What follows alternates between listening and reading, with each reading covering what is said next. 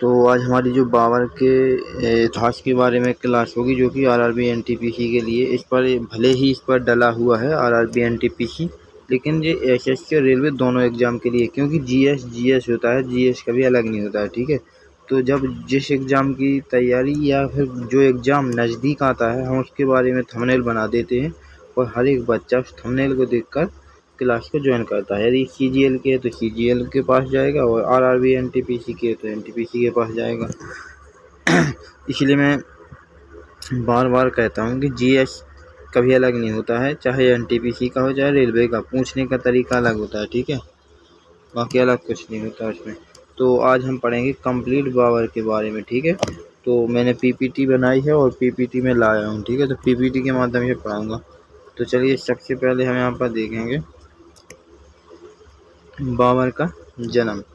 तो इसका जन्म 14 फरवरी 1483 में कहाँ पर, अंधीजान का मतलब फरगना, वर्तमान उज्बेकिस्तान में हुआ था। ठीक है, और पिता का नाम उमर शेख मिर्जा था, जो कि तैमूर वंश का था। ठीक है, तैमूर वंश या तुर्क वंश का था। ठीक है, इसके बाद माता कुतुलुग निगार खान, माता का नाम क्या है, कुतुलुग निगार खान चंगेज खान वंशज की थी। ठीक है, और एक हिसाब से मैं बता दूं तो चंगेज खान यानी कि मंगोल वंश की थी। ओके, अब बाबर के द्वारा हम बात करेंगे आक्रमण की। तो भारत पर इसके द्वारा आक्रमण कब कब किए गए, कितने आक्रमण किए गए। बाबर ने भारत पर कुल 5 बार आक्रमण किया, और 1519 से 1526 के बीच, जो 19 में हुआ था, ये हुआ था बाजौर का युद्ध। कौन सा युद्ध, बाजौर का। ठीक है, जो 26 में हुआ था, ये हुआ था पानीपत का। ठीक है, किसका, पानीपत का। ओके, इसके बाद में इनका मुख्य उद्देश्य था कि भारत की जो धन संपदा है, भारत में जितनी भी धन संपत्ति है, उसको एक स्थायी शासन की स्थापना करना। ठीक है, यानी कि खुद की स्थापना करना उस पर, कि ये सारी संपत्ति जो मुस्लिम वर्ग के शासक थे उनकी है। ओके, तो कुछ इन लोगों की कमियां थी कि भारतीय लोगों को, भारतीय शासकों को कमजोर समझ बैठे थे ये लोग। ठीक है, पानीपत की जो पहली लड़ाई की हम बात करें तो 1526, और लड़ी गई बाबर और VS इब्राहिम लोधी। VS यानी कि वशिष्ठ। तो इसमें जीत किसकी हुई थी, बाबर की। ठीक है, जीत किसकी हुई थी, इसमें जीत हुई थी बाबर की। ओके, बाबर आजम की जीत हुई थी, बाबर आजम नहीं, मैं तो मजाक कर रहा हूँ। बाबर की जीत हुई थी, और जो मुगल साम्राज्य की नींव रखी गई इसमें। ठीक है, चलिए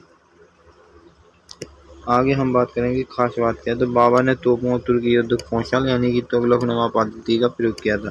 जब पानीपत का युद्ध हुआ था तो इसमें सबसे पहले तोपों का प्रयोग किया गया था। किसका, तोपों का, गोला बारूदों का। ठीक है, गोला बारूदों का। ओके, चलिए अगला पॉइंट है हमारा खानवा का युद्ध। तो खानवा की लड़ाई 1527 में लड़ी गई थी। कब लड़ी गई थी, 1527 में। किसके बीच लड़ी गई थी, राणा सांगा और बाबर। तो राणा सांगा कहाँ के थे, मेवाड़ राजस्थान। ठीक है, मेवाड़ राजस्थान। ओके, इसके बाद में परिणाम क्या निकला, तो बाबर की विजय हुई, इसमें राणा सांगा हार गए। ठीक है, जब राणा सांगा हार गए तो इनका महत्व कहाँ जाता है, राजपूतों की शक्ति को कमजोर किया गया। भाई जब जो व्यक्ति जीत गया तो वो दूसरे व्यक्ति को कमजोर समझेगा, तो इनकी जो शक्ति थी वो कमजोर मानी गई यहीं से।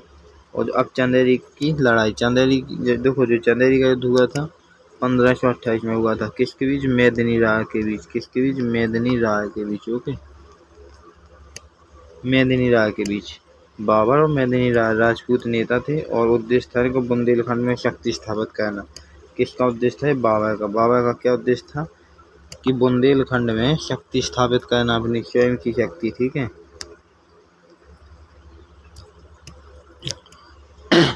अब बाबर ने जो तीसरा युद्ध लड़ा वो लड़ा घाघरा का। तीसरा नहीं, घाघरा का चौथा युद्ध है। ठीक है, शायद 28 में, जो 28 में युद्ध था वो मैं, अच्छा बता दिया मैंने, 27 बता दिया, 28 बता दिया। ओके, जब घाघरा का चौथा युद्ध हुआ 1529 में, तो बाबर और अफगान और नवाब महमूद लोदी के बीच में। ठीक है, और बंगाल के शासकों के बीच में। तो अफगान और बंगाल के शासकों के बीच में हुआ था। परिणाम क्या निकला कि बाबर की तो विजय हुई और पूर्वी भारत पर नियंत्रण कर लिया गया। ठीक है, बाबर के द्वारा। बाबर की उपलब्धियों की बात करें तो भारत में तोपखाना युद्ध की शुरुआत किसने की? बाबर ने। मुगल स्थापत्य कला की नींव किसने डाली? बाबर ने। तो मुगलों की नींव बाबर ने इसलिए डाली थी क्योंकि बाबर ही तो आया मुगलों में सबसे पहले, और तोपखाना इसी ने चलाया। ठीक है, आत्मकथा तो जो कि बाबरी या तुर्की में या तुर्की भाषा में, तो बाबर की जो जीवनी है इस स्वयं बाबर के द्वारा भी लिखी गई थी। किसके द्वारा लिखी गई थी? बाबर के द्वारा। बट बाबर का उसमें कुछ लक्ष्य भाषण था। ठीक है, और चार्ल्स बेवरेज के द्वारा लिखी गई थी। चार्ल्स बेवरेज ने कुछ और कहा था, वो मैं आगे बताऊंगा, आज नहीं तो कल की क्लास में जरूर बताऊंगा। 1530 में इसकी मृत्यु हुई थी और इसका उत्तराधिकारी हुमायूं था। ठीक है, इसका उत्तराधिकारी हुमायूं था। हुमायूं इसका कौन था? पुत्र था। ठीक है, ओके। पुत्री थी इसकी गुलबदन बेगम, गुलबदन बेगम, ओके, पुत्री।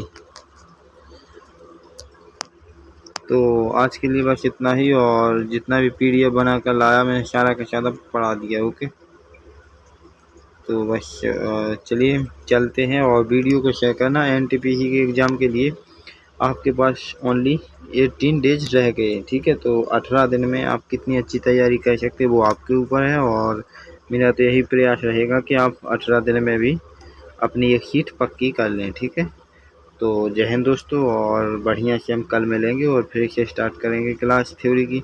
और हम जब तक आपका NTPC एग्ज़ाम नहीं हो जाता जब तक हम मेहनत से PPT बनाकर आपको पढ़ाते रहेंगे। ठीक है, तो थैंक यू दोस्तों, और वीडियो को शेयर ज़रूर कर देना।